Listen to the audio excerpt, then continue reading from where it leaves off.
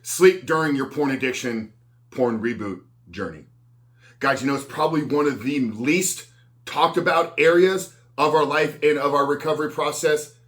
But in fact, it's probably one of the most important when we talk about the ability for our brain to actually reboot and rewire. So what I want to do, guys, is in this video, I want to talk to you about some of the reasons why you need to be paying attention to your sleep and you need to be optimizing and maximizing. And I'm going to give you 5 tips that you can implement literally at the end of this video today to hopefully improve your sleep so that you can quit porn for good, but more importantly, reboot and rewire your brain so that you can begin to experience and live what it means to live a porn-free life. Before we do that, guys, I remind you who we are and what we do here. My name is Frank Rich, CEO, founder, and head coach at Rebuilt Recovery, and it is our mission to help men break free from the shackles of porn addiction through the power of faith and fitness. So if you're new to the channel and haven't done so yet, make sure to hit that subscribe button right there and also turn those post notifications on so you are notified every single time a new video is released. And secondly, if you're a guy that in the early stage of trying to identify all the ways in which porn is negatively impacting your life, and if you're curious about what life may look like for you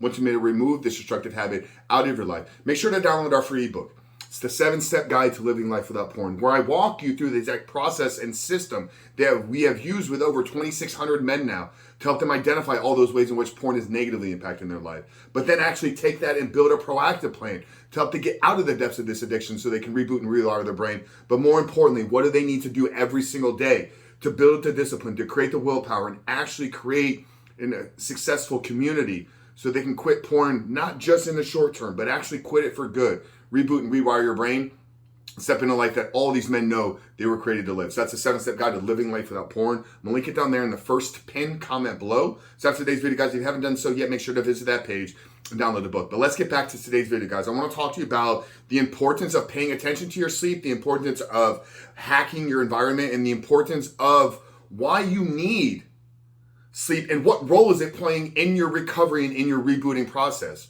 Well, man, what we need to understand is that our bodies rebuild and repair themselves and recover while we're sleeping. So if we can understand that the actual quitting and recovery process is going to require some physiological and some biological changes in our body, then we can understand the importance of the sleep.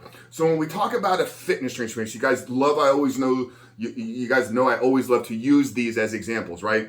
Because it's my background. I spent a long time in the health and fitness space, coaching individuals, coaching myself. But when you're building your body, when you're transforming your physique, whether it's a weight loss, a muscle building journey, whatever the case may be, you go into the gym, you break the muscle down, you then feed it and repair it, but then it's actually in the sleep when all of that comes together, and that's where the growth happens. That's where the change takes place. That's where the new muscle tissue is actually built. It's in the sleep and recovery process. So how does this translate in our journey? How does this translate in actually quitting, rebooting, and rewiring your brain?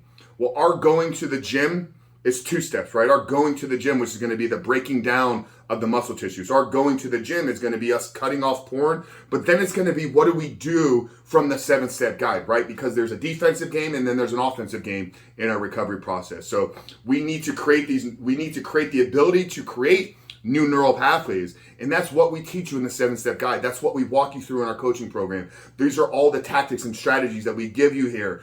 Our morning routine, our gratitude practice, our service work, our creating a vision for your life, getting in community. All these little steps and tactics initiate a response. They initiate a trigger that's going to require a response in your brain. So you initiate it there, but then it's in actually the sleeping. It's in actually the recovery where the neuroplasticity begins to take place. So you can be doing all the work. You can be cutting off the consumption of pornography, and you can be aggressively attacking your rebooting, your recovery process. But if you're not giving your body ample time and you're not fully maximizing, you're not actually getting into deep and REM sleep while you're asleep at night, then the chances of these new neural pathways actually firing and actually building themselves is going to be slim to none. So that's why we need to pay very close attention to, are we actually sleeping at night? Are we getting deep sleep and are we getting REM sleep?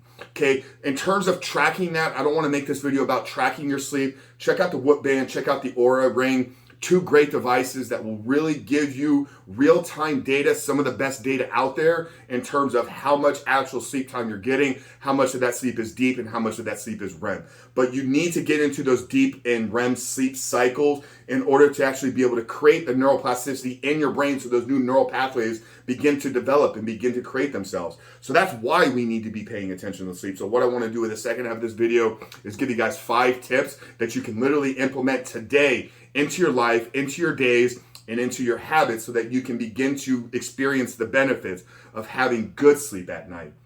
And the first one, guys, is not something new that you had never heard me say before, but it's stop hitting snooze. Man, if we can't start our day on time, how do we ever feel we're going to actually be going to bed on time? I know so many of you out there because I have the conversations with you guys weekly, right? You guys tell me that your biggest triggers, your biggest weak spots, and your biggest points of vulnerability come late into the evening when you should be asleep, but you can't fall asleep because your mind is scrolling, your mind is tired, it's mindless, right? And you're just constantly scrolling.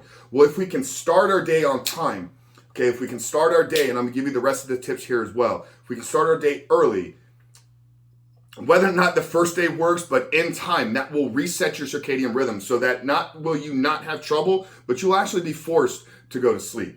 Okay, so I believe starting your day with a win and getting up when you say you're going to get up will then in time help you in falling asleep at the time that you want to go. Now, the second tip here, man, is going to require you to get out of your house, but it's getting early morning sun exposure, getting early morning sun exposure on our skin, getting early morning sun exposure on our eyes. You know, a lot of the work that Dr. Andrew Huberman is doing out of Stanford right now is supporting this. And what happens, man, is when we get that early morning sun exposure and we allow it to get 5 or 10 minutes is all we need. And I'm not saying to go out there and look directly into the sun, but look up kind of beyond the gaze of the sun and allow it to slightly penetrate your eyelids, because it's that actual effect, that signal is going to do 2 things. It's going to signal a cortisol release first thing in the morning. Cortisol is a stress hormone, but it's closely tied to our motivation. So it's actually going to get us up from an adrenaline standpoint, excited to tackle the day. But secondly, somewhere between 14 to 16 hours after that first exposure, your body is going to naturally release melatonin. Melatonin is a hormone that is closely tied to sleep, and it's actually a calming and restful hormone. Some people supplement with it. I don't advise supplementing melatonin because you're going to shut off your body's natural ability.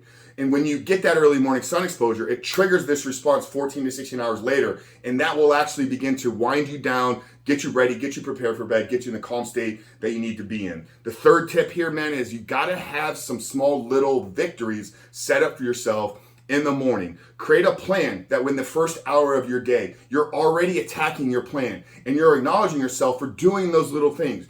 If you can start your day with having some things to look forward to, then at the end of the day, you're ready to wind down. You're ready to get to bed because you know what the morning has waiting for you. So create a plan. Create a plan that's going to move you closer towards who it is you're trying to become. Create a plan that is going to serve you in your recovery process right now. So do not snooze, get early morning sun exposure, and stack some small little victories that you can have first thing in the morning. The fourth tip is to, at the end of the day, have a complete brain dump. Whether this is at the end of your work day or a couple minutes before bed, dump your brain out or do what we call our evening reflection journaling. And this is where I like to say, just spend some time thinking about what you've been thinking about all day long. You know, many times when we're lying in bed and we're restless and our brain is racing all around the day thinking about the things that we've been thinking about, we could have prevented that if we actually set aside some time every single night just to process our thoughts throughout the day. Just to, like I said, think about what you've been thinking about. You'll gain so much clarity on this, but you'll actually be gaining so much freedom from your thoughts. So you will no longer be the individual that is laying there in bed and can't shut his brain off, can't shut his thoughts off, because you were actually intentional and proactive in doing that before you lay down to bed. And then the fifth and final tip, men, and this is probably the most important for you right now, is to get off your screens at least 1 hour before you go to bed. Put the phone away, turn it off, put it on airplane mode, pick up a book, pick up a journal, remove the blue light, but more importantly, remove the artificial stimulus that you're getting from Instagram, that you're getting from porn, that you're getting from all these other things that you're just mindlessly scrolling.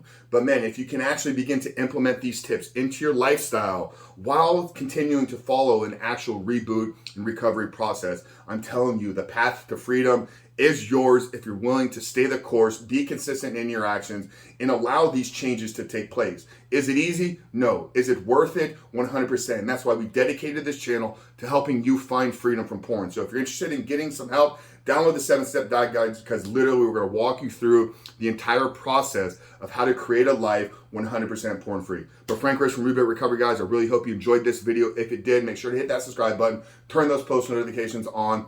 But Frank Rich, love you guys, and we'll see you on the other side.